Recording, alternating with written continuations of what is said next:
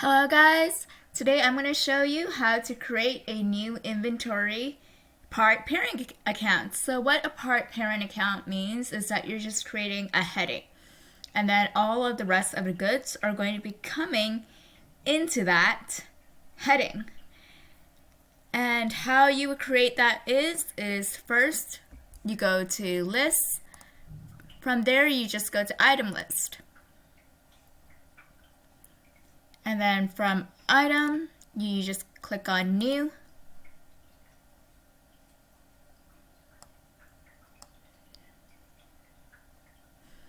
And then from the drop down arrow, just go to inventory part. From there, item, it's just the name, so you type accessories.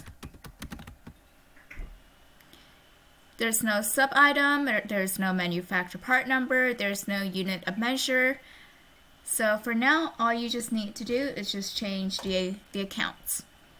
So from the accounts, the cost of good account is going to go to 5100, cost of goods sold. The income account is going to be going to 4600.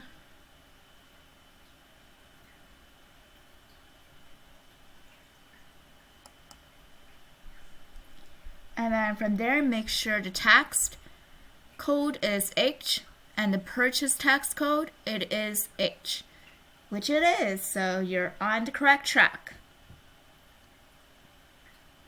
And then the asset account, make sure on the bottom, just switch it over to 1200.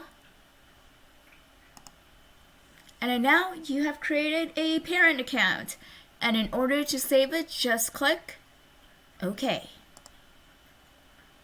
Now you see it right over here, there is a parent account. And don't worry about the empty box right here since we don't have any description for it yet. And if you want to know how to add the following items, come on back to my next video, so stay tuned. Have a great day and bye for now.